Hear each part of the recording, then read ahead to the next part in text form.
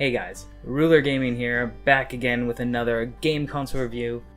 Today we're going to be talking about the GameCube, that little cube that had the miniature discs. GameCube was really a turning point for me in the sense of first-person shooters and really getting into that kind of genre. One of my favorite games of all time from GameCube was Medal of Honor, and the specific one was called Frontline. This game really just changed how game controls were and how the graphics were and things like that. Like, I'm excluding PlayStation, I'm excluding those kind of consoles because I didn't play any of those consoles. I never played the original Xbox. I just had the Nintendo series. So with GameCube, seeing that first-person shooter on Medal of Honor and following the storyline, and that's again something that kind of threw in with I love history. Fun fact, I love history.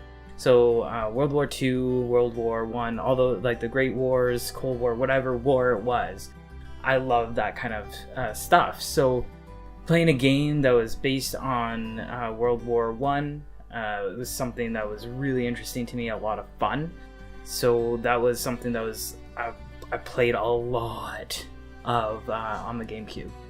Also, fun fact, the Mario Party 4, I believe it is on GameCube, no one can touch me. That game is my jam. Different variations and different things that you can find in these consoles and the games they offer. With the GameCube, as related back to my last video, where you don't really see a huge difference in genres or variations of games because more and more of the same is coming out. This is where you kind of see that trend of repeats come out, which is fine at this point because it's still fairly new. So the GameCube had the same kind of styles and same kind of gameplay as the N64, just a little bit better graphics, better controls. So with this guy, the GameCube, it's gonna have, I'm not gonna talk too much about the different variations. I might rank it a little bit differently because of that. So let's kind of get more into the actual console itself versus the games and the gameplay. The GameCube aesthetically is literally what you think of it. It's literally a cube.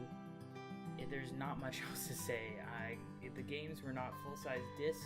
This is the first change for Nintendo, going from cartridge to discs. So I think what Nintendo tried to do is they wanted to be something somewhat different than the norm, just like they normally tried to do. They tried to be unique with these miniature discs. So a little bit of a difference in the actual console itself. It's kind of funny. My favorite thing about the GameCube is actually how it had this little handle on the back of it, so you can literally just like pick up your console, unplug it, and kind of just go everywhere. I think that's again what they were trying to do. They were trying to make it more of a portable thing where you can take it to friends' places and you can do the LAN parties and things like that. A lot of people were doing that at that time, and you know, LAN parties were meant mostly for PC gamers. But I think Nintendo tried to make it more inclusive with being able to take this small little box to place to place. Now, the controllers are actually one of my favorites. I know I mentioned that the SNES and the N64 are one of my favorite controllers, which they are. The GameCube, however, is the first console for me that kind of had that all-around feel. What I mean by that is that it was perfectly curved to your hand. Man, the joysticks on them were beefy. They were made more of like rubbery plastic rather than just straight up plastic, so they lasted much longer. They didn't grind as often.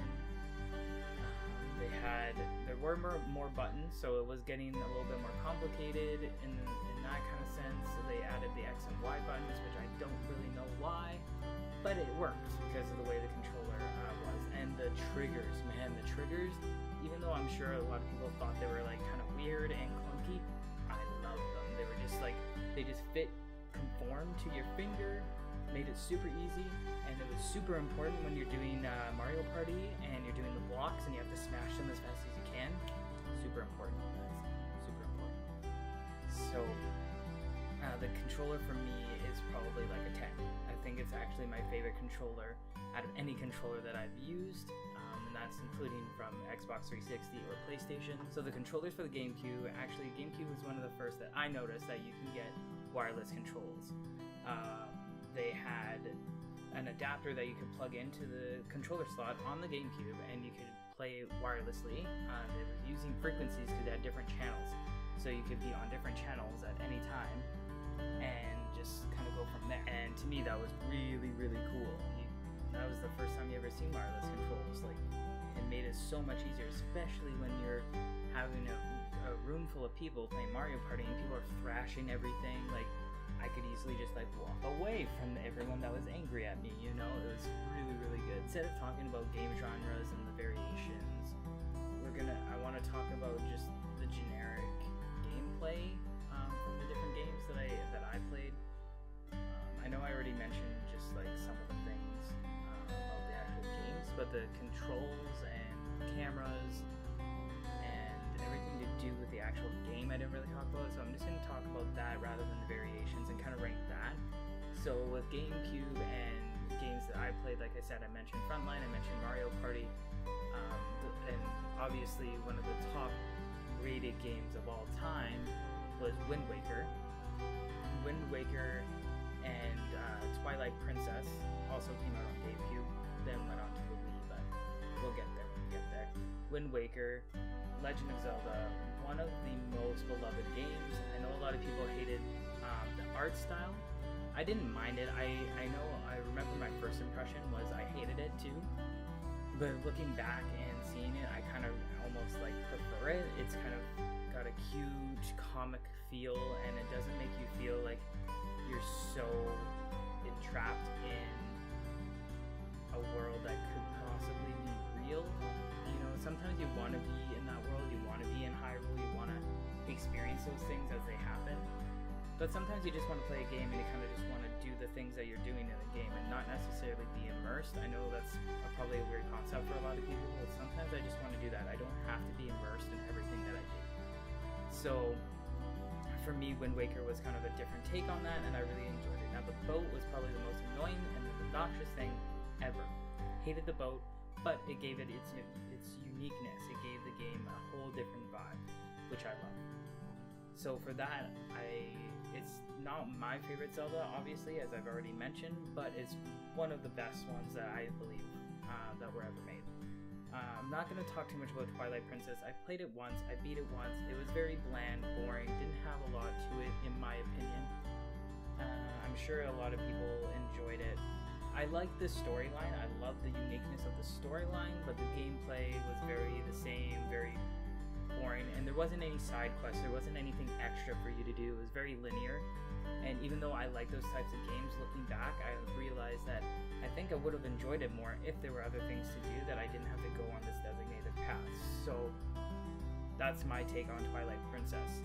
Out of the two games, Wind Waker is definitely my pick. The controls for all these games were very easy to do.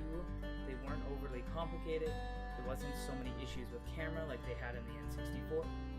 So overall, with the game controls and just their overall performance, rather than ranking the genre variations and things, the game platforms, I give them a 9 out of 10.